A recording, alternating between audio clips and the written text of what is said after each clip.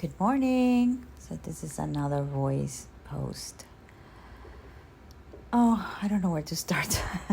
Actually, I'm starting saying that I'm feeling really good, rested, had a long night's sleep, regardless of the previous nights where I was awake at certain time of the night and feeling like I couldn't go back to bed. But this night I managed to sleep through, and I'm grateful for that. So I was in a panel yesterday on a Bitcoin conference for the day here in Miami.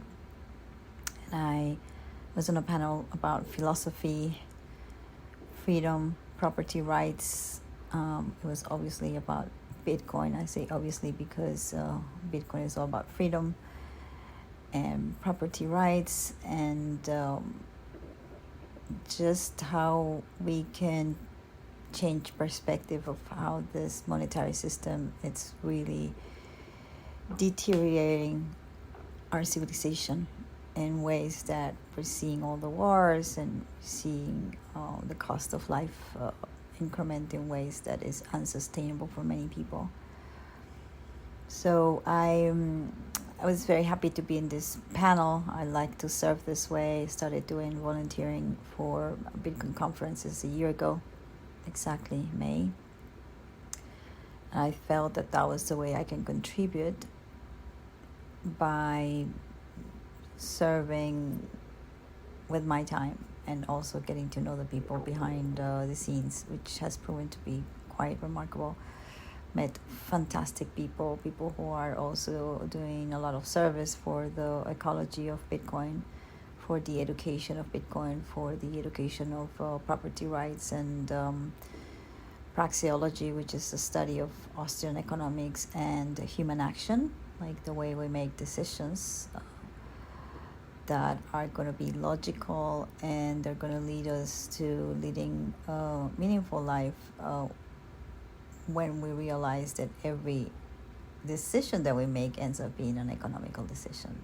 So everything is connected that way.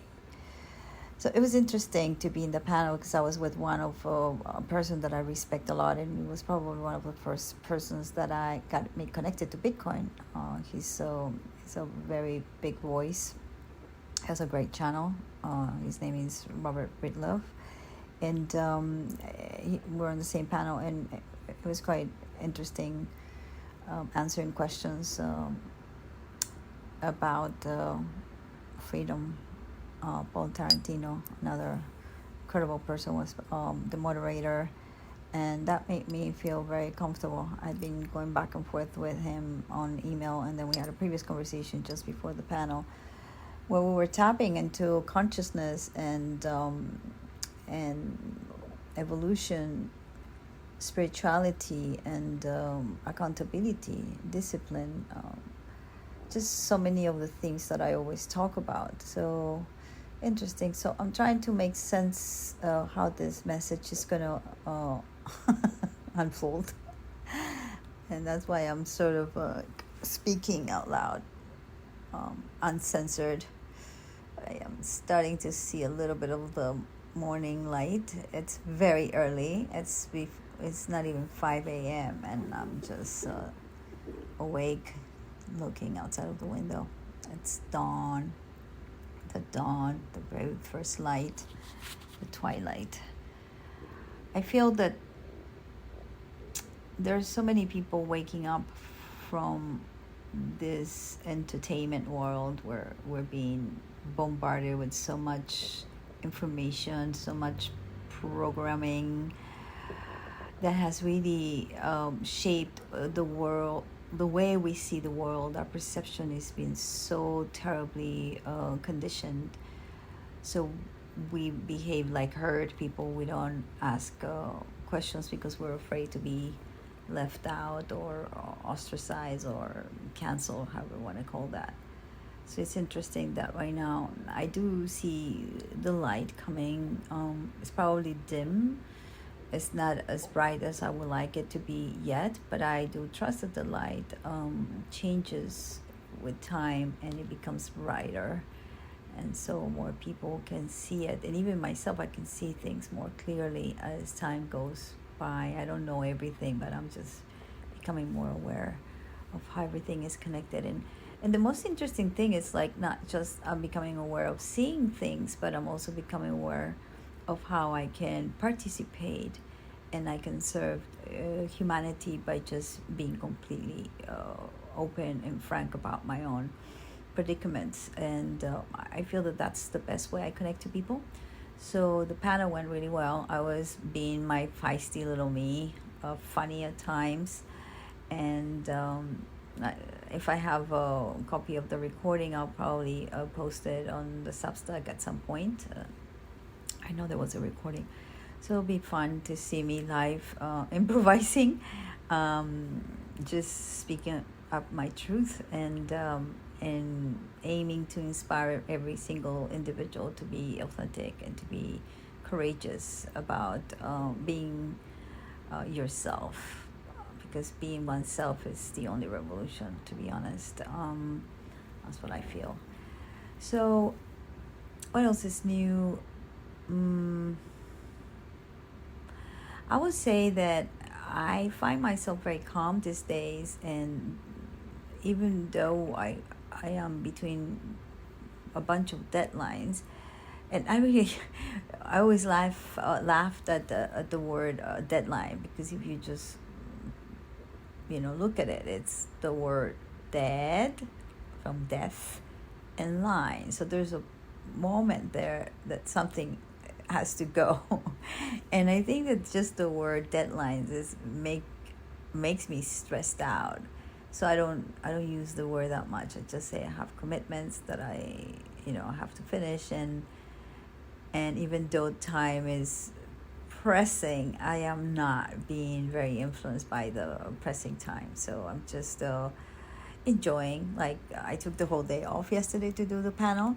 I could have just gone for my time and then, that's it. But I decided, no, I'm just going to be there supporting everybody, listening to the different things that they were said. I learned new things about the markets. I studied charts, which is something I love doing, to understand the equilibrium of prices and see how interesting everything is always changing, and nothing more clear than looking at a financial chart, just seeing how the frequency of price is never a constant. It just fluctuates between demand and supply, and that's the equilibrium one is trying to find when you are looking at prices. But that has nothing to do with value, by the way. Value is subjective, and you basically, if you focus on what is it that you need, you can give value to your needs, and therefore you can make proper decisions about how to satisfy those needs and how to protect them in a way that you're not going to be subject to the decisions of other people unless they are aligned. So having leverage about your needs is, I think, a very important matter and concept in life. Okay, so what else? I know there was a whole thing about the solar storm these days, and the aurora and all that. I did not align with that. I just saw the pictures, and I don't know if I felt the solar flares. I know that they're there. I know that the magnetism of the earth and the sun is very powerful, but I do a lot of grounding. And I've done practice something called a biogeometry, which is a qualitative measure of the energy of the earth. So I have some tools around. So I don't really feel the shifts so strongly, because I'm in a constant calibration of my wavelength with the tools that I have, and with the food that I eat, and the schedule of things that I do. So I don't. Basically, one of my biggest things is like, I don't want to be subject to the wills of others. I don't want to be subject of the decisions of other people. That's why I'm taking full accountability and full responsibility and full sovereignty of my financial, emotional, psychological life. So this for me is very important. And I'm just going to leave with saying something that I said also yesterday. I think that the most important thing for me is to show up and not to show off. So it's a question of accountability. As long as I do the homework for me, that's all that matters. I'm not doing it to get an applause or an accolade. I could not really care about that.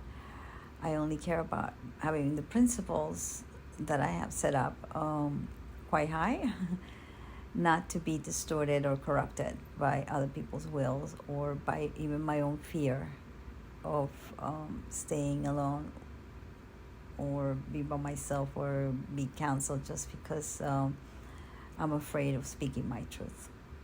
So enjoy the week. I'm going to have a funky little week finishing some deadlines. Thank you for listening. Take good care. I didn't do any astrology this week. Things are always happening. Well, actually, I want to say a couple of things. I think it would be great to enjoy Jupiter's last week in Taurus. It's going to be another 12 years before it comes back to the sign of value, talent, resources, essential needs, grounding, money. And right now it's going to go to the sign of Gemini, curiosity, kill the cat, inquiry.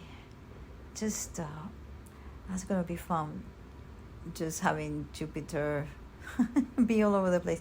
But anyway, if you want to know more or less how this energy is going to affect you, just try to remember what happened around 12 years ago.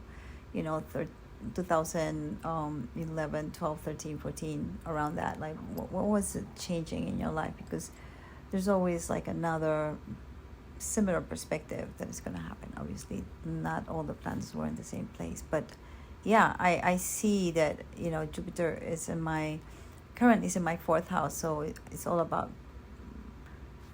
focusing on what really makes me feel safe emotionally. That's what I've been doing in the last year or so.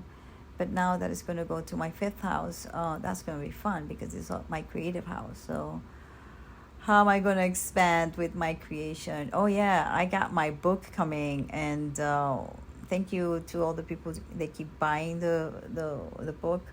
Still doesn't have a final date because I have to finish formatting and the layout.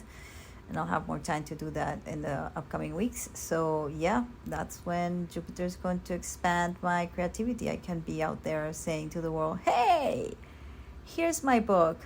Get a copy. And with that, I wish you all a great week. Bye-bye.